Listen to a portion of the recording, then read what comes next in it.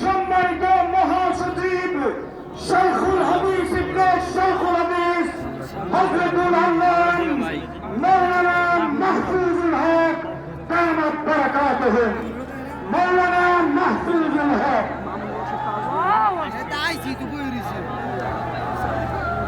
বড় ভাই উঠতে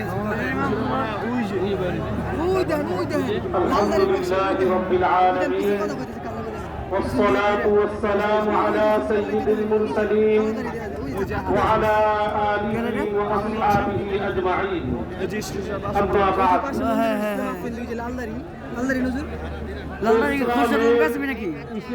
হেফাজতে ইসলামের মহাসমাবেশের পক্ষ থেকে আমি আপনাদের সামনে এখন ঘোষণাপত্র উপস্থাপন করছি।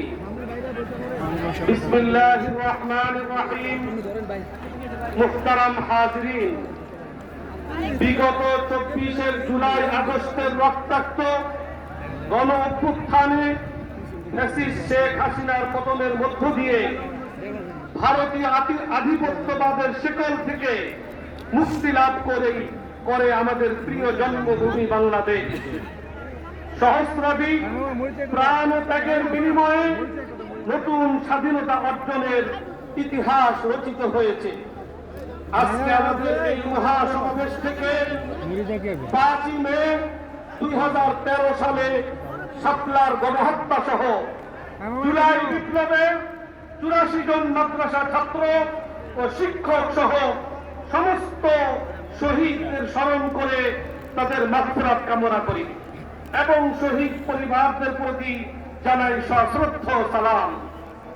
আহতদের এবং বন্ধুত্ব বরণকারীদের জন্য দ্রুত সুস্থতা কামনা করি এবং তাদের প্রতি সমবেদনা জানাই।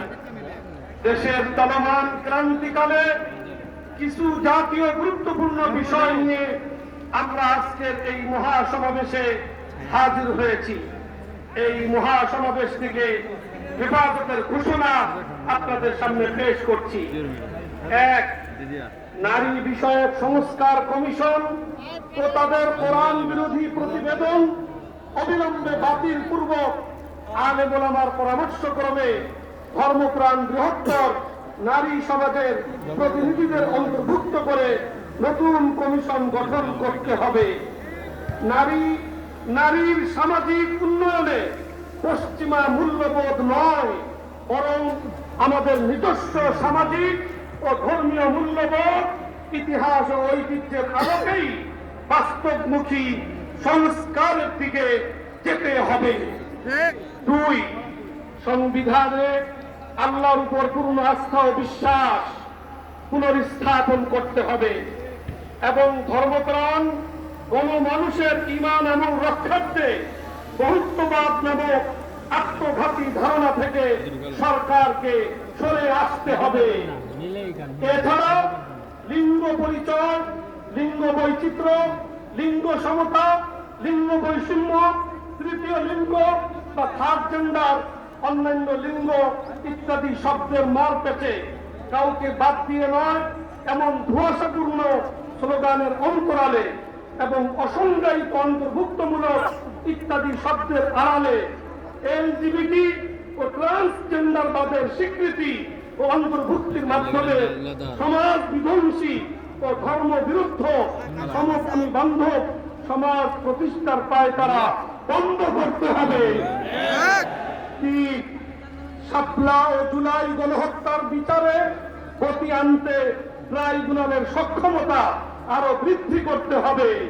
জাতীয় নির্বাচনের আগেই ফ্যাসিস্ট হাসিনা ও তার চিহ্নিত দোষকদের বিচার সম্পূর্ণ করতে হবে। 4. গণহত্যাকারী ফ্যাসিস্ট আওয়ামী লীগকে সন্ত্রাসী দল হিসেবে ঘোষণাপূর্বক বিচার নিশ্চিত করতে হবে।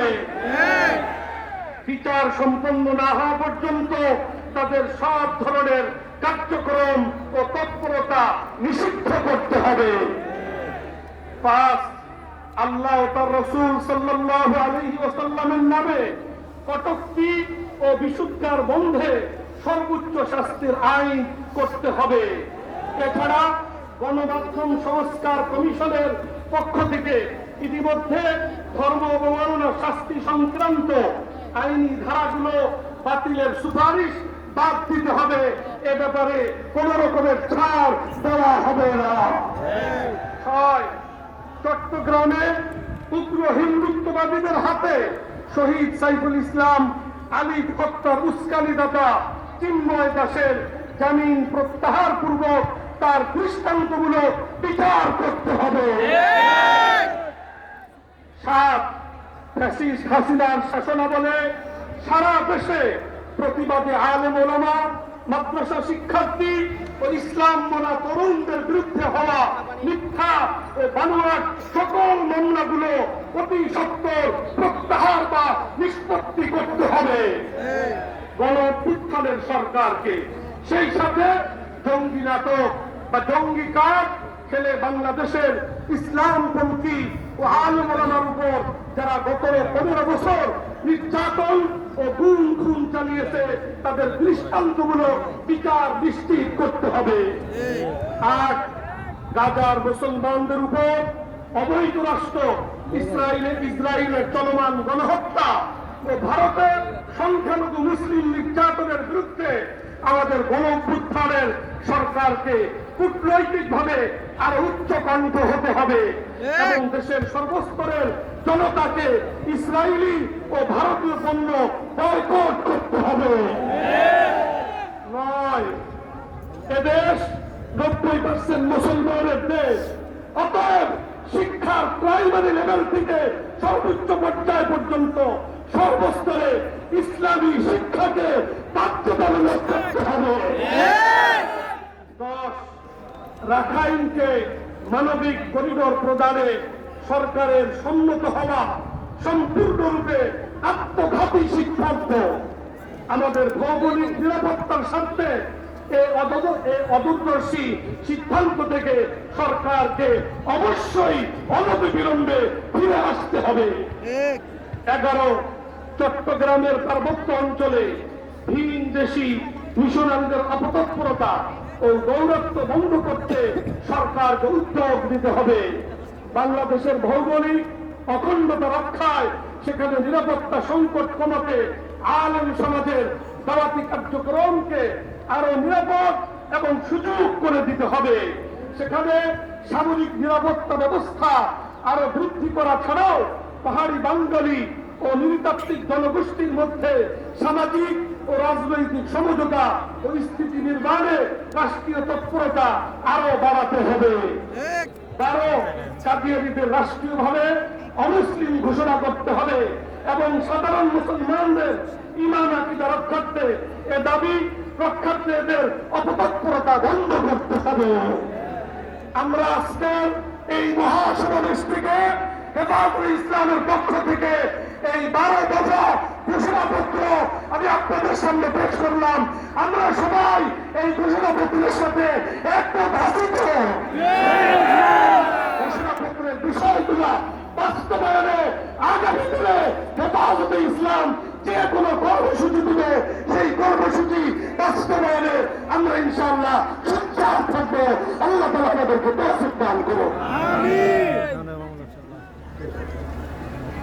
সংগ্রামী তাওহীদি জনতা, এ পর্যায়ে নীতি নির্ধারণের বক্তব্য রাখবেন দারুল মাদারিস দারুল উলুম মাহিরুল ইসলাম হাটহাজারীর সুযোগ্য